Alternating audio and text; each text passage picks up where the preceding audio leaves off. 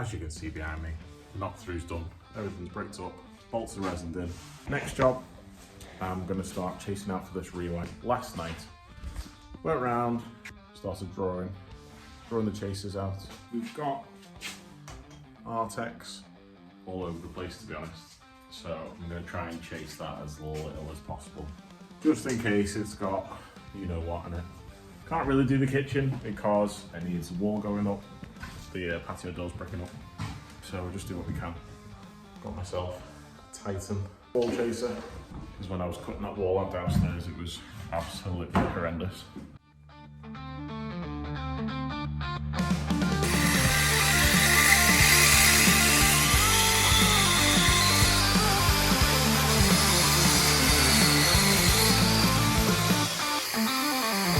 Unbelievable.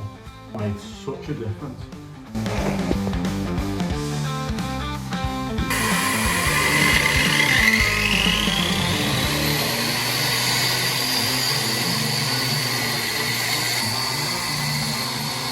So I've just finished chasing a couple of sockets out, and where's lights going? With the Titan connected to just a normal Henry Hoover. And other than when the chaser first gets started, because the body's not flat against the wall, basically no dust comes out of it. Like I finished chasing in here, 30 seconds later, I took my mask off because it was completely clear. Now I do have a window, but if I was using a normal 6-inch grinder or a 9-inch grinder to try and cut them chasers out, I know from the last house I didn't have a wall chaser, I just had a little handheld grinder, and you couldn't see a thing in the house when you'd finished doing the chasing. For this, absolutely perfect.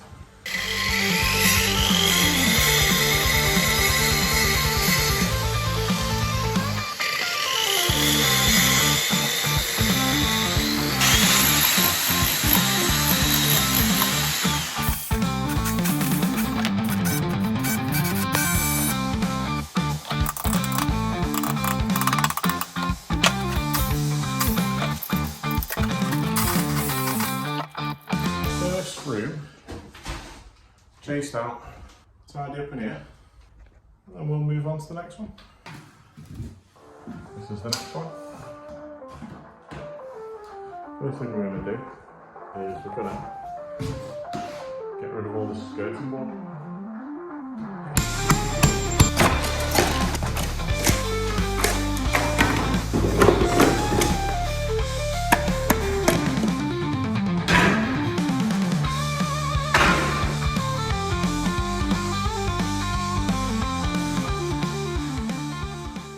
Back again for another day. On the weekend, I managed to get this room chased out, this room chased out, and I got the landing chased out as well. So what my plan is, basically because all of our belongings are in the house over here, and this is full of everything. So what I'm gonna have to do, I'm gonna have to chase 1 or 2 rooms at a time, wire it. I can move the stuff from the next room into the room that's already chased, already wired. So it's a lot easier doing it when the room is empty instead of when the room is full. I've got some all-round band, like a plug in the hole. I'll tighten up. Conduit, it's going to sit in them clips, and then when you're ready to fit your conduit, you just do that, and that is nice and secure in the wall.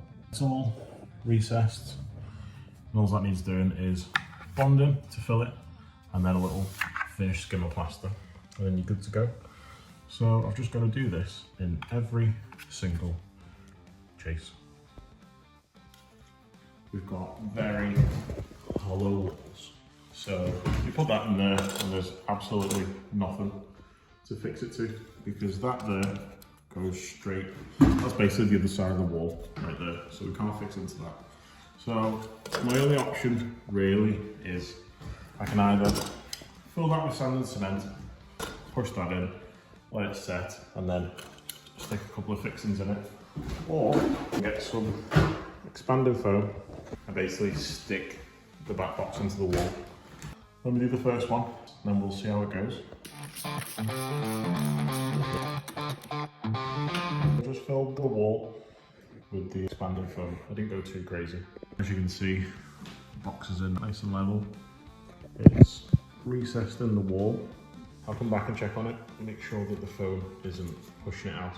So that was pretty easy. Okay, so I've got all sockets that have been chased out. They've all been foamed, and then I've pushed the socket back into it. I'm literally just gonna have to leave it, let it set, cut it out. I'll look at this one next time. Got a little snake coming out of that one. Nice. I'm going to start running some cables now anyway. This house was split into two sides, so you've got the old house and you've got the newer extension. So the extension's got its own socket circuit and its own lighting circuit. So I've left them both on, so we've got power in the house. All the sockets are dead. The 10mm cooker, that's all dead. And the only thing that's still live is the lights. I don't need to get them in the boxes for now, but I can at least get the cables in the right place, get my cable run sorted, and then we're away. Right, so this one here, this is the 10mm for the cooker, and that's definitely, I know it's dead because I've turned it off at the board and I've locked it all off. So that's for the cooker. This is for the socket circuit. Basically, all the sockets are on this one circuit. And all the lights are on that one circuit. So this one's live, all dead. So I'm just going to cut this out. Where are we? Cut it out. 1, 2, and then I'll cut that 10mm out in a second. And then we can start afresh, basically. Right, okay. These like switches and socket back boxes, they're not dry, but the foam is dry enough that I can kind of just pick it off. So what I'm going to do before it fully sets, I'm just going to pull off the bulk of it, and that feels pretty solid.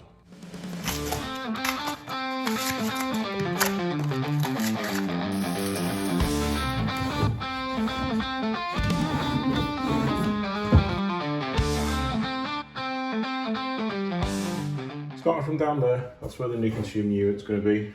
Up, I'm going to go to this first socket, come across, second socket, and then we're literally just going to work our way around the house.